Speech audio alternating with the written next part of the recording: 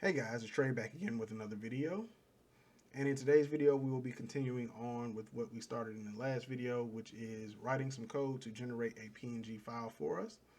If you missed the last video, you should go back and watch that one where I explained what a PNG file is, and I also went through the PNG specification and showed what we need to implement in order to generate a PNG file from scratch. So in today's video, we're going to actually write the code that will generate the PNG. We'll be doing this using Nodejs. So if you don't have Node installed on your computer, go ahead and install it.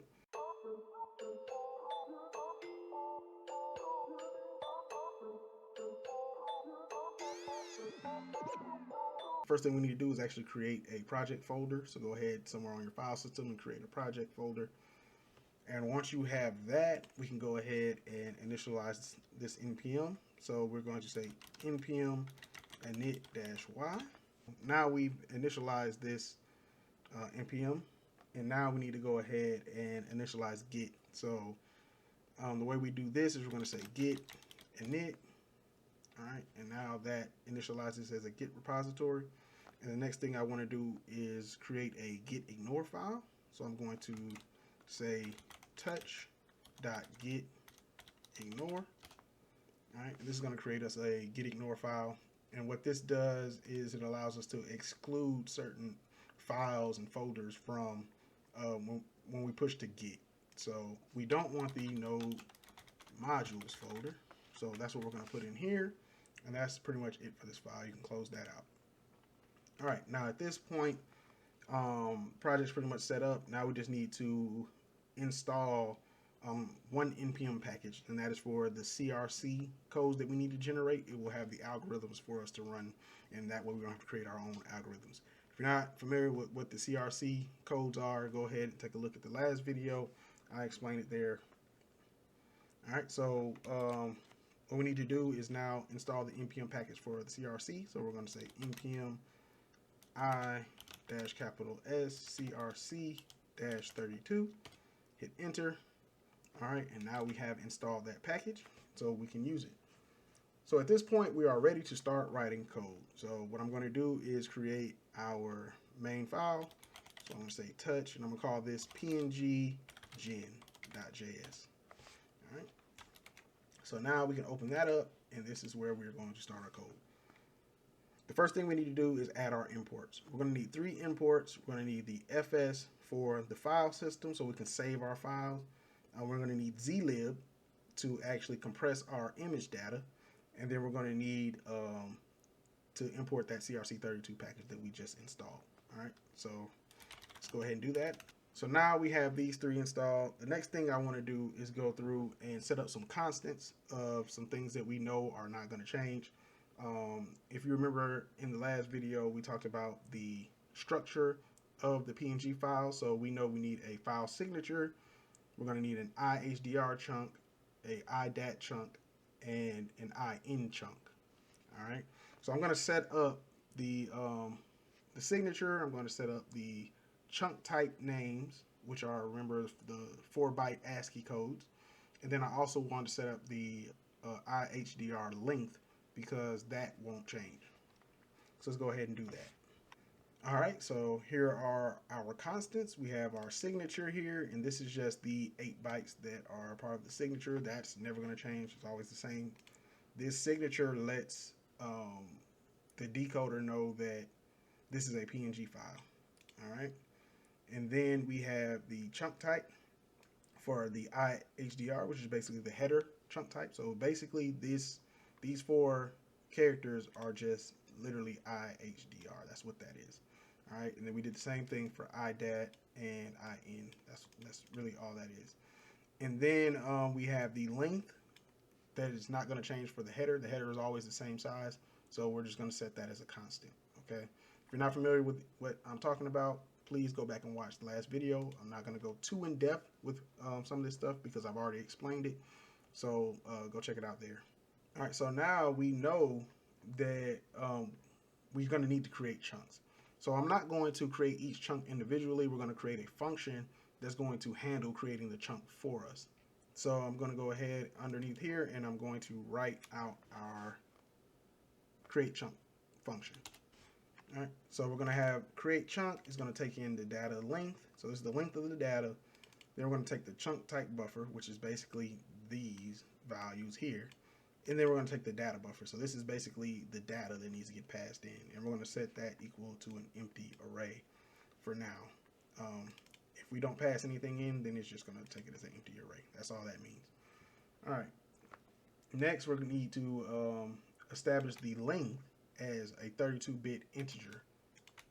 So I'm going to do that doing this way. So if you're not familiar with the uint arrays, go ahead and take a look at the specification for this online. It's basically just an array of 8-byte integers.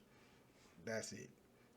And what I'm doing here is I'm taking whatever was passed in as the data length, because the data length could not necessarily be 32 bytes long.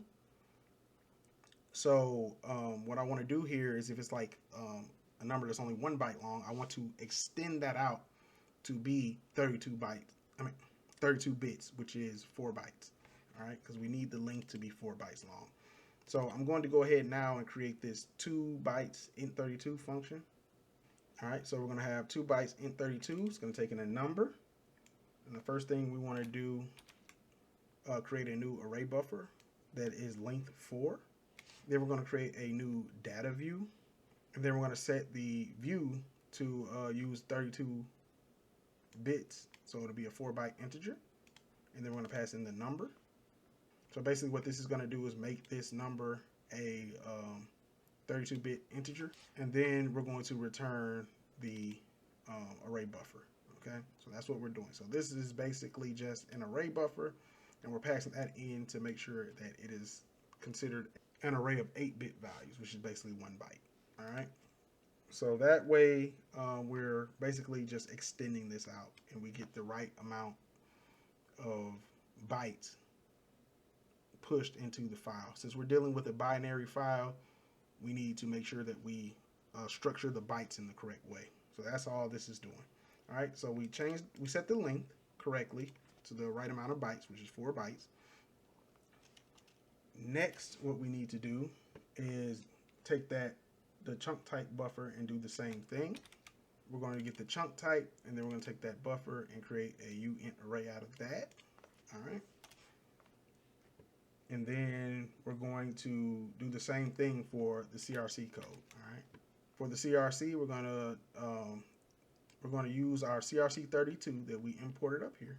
So we're going to take that, we're going to call the buff function on it. This basically takes whatever we pass in as an array, and it will run the algorithm on that buffer. Okay, so what gets returned from here is a number. This is the actual CRC32 code. All right, so when we get that code back, this is just a number, and then we're going to change it into 32 bytes. We're going to extend it to make sure that it's 4 bytes long. Okay. So that's what we're doing here. And then we're turning that into an array of bytes. All right. So that'll give us our CRC code. This is going to be 4 bytes. This is going to be 4 bytes. This is going to be 4 bytes. And then the only thing left now is to put it all together. Okay. So what we're doing here is we're going to return a byte array. And this is going to have the length and all of its bytes put out here. And then we're going to have the chunk type and all of its bytes put out here. And then we're going to have the data buffer, which is just the data. And we're going to have all its bytes stretched out here. And then we're going to have the CRC and its bytes. So this ... if you've never seen this before, it's basically just expanding this length. So this length, as we can see, is an array. We want to say, give me everything in this array in order and just put it here, and then give me everything in this array next and put it here, everything in this array next, and everything in this array. And this is basically going to have a list of bytes. That's all it is. Okay, so we're just concatenating all of that together and we're returning that as the chunk, because remember, a chunk has a length, has a chunk type, it has data, and then the CRC is the last part. If you're not familiar with that, go check out the last video. Once we have our create chunk function, we can go back up here and we can set up our in chunk, because we know this chunk is also not going to change. It's just an empty chunk that shows that this is the end of the file. So let's go ahead and add that. So now that we have these constants set up, we can go ahead and start to code our actual generator. This is what's going to actually, when we run it, it generate the file and save it to the file system. All right, so we're going to call this generate square image, since that's what we're going to want to do. So now that we have generate square image, we're going to take in a width and a height, and this is the width and the height of the actual image that we want to produce. The first thing we're going to want to do in here is actually set up our pixels, because we don't have anywhere to store our pixels. So we're going to set up some space for that. So we're creating a buffer, and this is going to be a uint32 array. So instead of it being each element being a byte long, now we have an element that's 4 bytes long. All right, it's 32 bits wide. All right, and then the length of this array, we want it to be width times height, because that's going to be the size of our image. So that's going to give us all the pixels we need. All right, so each one of these elements in this array will hold a pixel information. All right, the next thing I want to do is set up some bounds for our square. All right, so we're going to have the x bound, which is width divided by 4, and then the y bound, which is height divided by 4. All right, so basically I'm just trying to give bounds of our square. So anything outside of the bounds that we set is just going to be, we'll just do white. We'll make it white. And anything inside will be whatever color we decide to set. So after this, we need to go ahead and write our loop to go ahead and go through and populate these pixels, because right now these pixels are there, but they don't have any data in them. So we want to go ahead and just set the data. All right, so our loop is going to loop through, it's going to start at 0 and loop through all the pixels. And when we get in here, we need to check basically if this pixel is inside the square that we want to color, set it as the color. Otherwise, just set it as white. So what I want to do is convert this I into an X and a Y, so I know where I'm at with the pixels. And we do that by, for X, we're going to take the modulus between I and the width. And then for Y, we're going to floor the division of the I and the width. All right, and that will give us our X and Y values. Next, we need to check to see if this pixel is in the square. If it's inside the bounds of the square, then we want to draw it, let's just say red, and then if it's outside, we'll set it to white. So that's what we're doing here, and this is basically checking if we're inside of that square. If we are, then we're going to set this pixel to red. If you're not familiar with this, it's just a hex value, and I did it this way so that I can control what the red, green, and blue values are, and also the alpha channel. All right, so basically, if it's in the bounds, we're going to color it red. If it's not in the bounds, we're going to set the pixel to white. All right, that's what's happening here. And now at this point, we have populated our pixels. So we're going to do this for every single pixel. All right. At this point, we have pixel data. The next thing we need to do is actually compress this pixel data, because we can't just take this pixel data and put it directly into the PNG. It has to be compressed first. So in order to do this, we're going to need to use our Zlib library. All right, so we're going to call zlib.deflate. And remember, we pulled in Zlib up here. So we're using Zlib, and we're going to call deflate. This is basically what compresses this is the compress function, okay? And then we're going to pass in the pixel data, the one we just populated. And then it's going to take a callback, all right? So in this callback, the first thing we want to do is check for errors. If there's an error, we're just going to return. So if there's an error, which is this first parameter, we're going to log the error and then we'll return. If it's successful, then we'll get our compressed image data in this result right here. That's where the compressed image data is stored. So we have access to that now. But before we do that, we want to go ahead and generate our header, because remember, we have our signature, and then the first chunk is the header chunk, the IHDR chunk. So we want to go ahead and generate that. The way we'll do that is by using our create chunk function. That's why we created it. So it'll make it easier for us to create our chunks. All right, so here we're setting up this constant. It's going to be an IHDR. And then we call our create chunk function from earlier. We're passing in the IHDR length, which we set up here. Remember, we set the length and the chunk type are as constants. So they're both up here. And then we do our chunk type. This create IHDR data, this function is going to actually make it a little bit easier for us to just put all this data together, because I don't want to like create everything here and it's going to look a little messy. So I decided to just create an extra helper function that's going to do this for us. I set it up here. We have a function create IHDR data. This basically takes everything that the header chunk needs. All right. And then we're going to go into here and actually convert these to the correct lengths, because the width and the height need to be 4 bytes long. And then I think the rest of these are 1 byte long. All right. So we're going to go ahead and set that up. Here we see we have our width 32, our height 32, and the rest are just 1 byte long. So what I did here was the same thing as before. We used our 2 bytes 32, which will expand the width to make sure that it is 4 bytes long. And then we did the same thing for height. Now we want to make sure that the bit depth and all the rest of these are actually only 1 byte long. So I created a very similar function that makes sure that we're at 1 byte long, okay? So I'm going to go down here and we'll go ahead and create that function now. So here we go. Instead of a 4 byte, we only want 1 byte. And then we do the same thing. All right. And it returns the buffer. So back up here, we set that for all of those. And then now the only thing left to do is to actually put it all together into a single buffer. As you can see, we have an array of bytes, and then we just grab all the bytes out of the list. All right.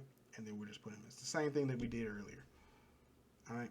So now when we call this create IHDR data, that's what we're doing. We're passing in all that information. It's going to return it as a buffer. All right.